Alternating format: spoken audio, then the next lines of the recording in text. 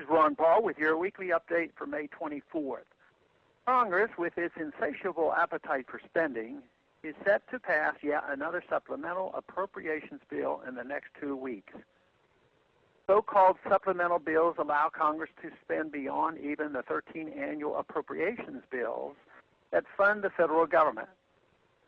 These are akin to a family that consistently outspends its budget and therefore needs to use a credit card to make it through the end of the month. If the American people want Congress to spend less, putting an end to supplemental appropriations bills would be a start. The 13 regular appropriations bills fund every branch, department, agency, and program of the federal government. Congress should place every dollar in plain view among those 13 bills. Instead, supplemental spending bills serve as a sneaky way for Congress to spend extra money that was not projected in budget forecasts. Once rare, they have become commonplace vehicles for deficit spending. The latest supplemental bill is touted as an emergency war spending bill needed to fund our ongoing conflicts in the Middle East. The emergencies never seem to end, however, and Congress passes one military supplemental bill after another as the wars in Iraq and Afghanistan drag on. Many of my colleagues argue that Congress cannot put a price on our sacred national security, and I agree that the strong, unequivocal defense of our country is a top priority. There comes a time, however, when we must take stock of what our blank checks to the military-industrial complex accomplishes for us and where the true threats to American citizens lie. The smokescreen debate over earmarks demonstrates how we have lost perspective when it comes to military spending. Earmarks constitute about $11 billion of the latest budget.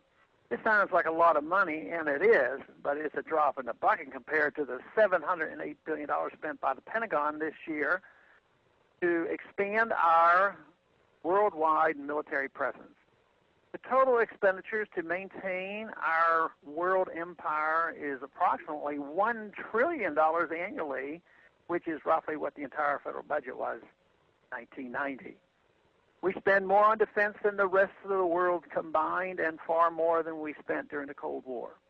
These expenditures in many cases foment resentment that does not make us safer, but instead makes us a target. We referee and arm conflicts the world over and occupy some 140 countries with nearly 1,000 bases. With this enormous amount of money and energy spent on efforts that have nothing to do with the security of the United States, when the time comes to defend the American soil, we'll be too involved in other adventures to do so. There is nothing conservative about spending money we don't have simply because that spending is for defense. No enemy can harm us in the way we are harming ourselves, namely bankrupting the nation and destroying our own currency. The former Soviet Union did not implode because it was attacked. It imploded because it was broke.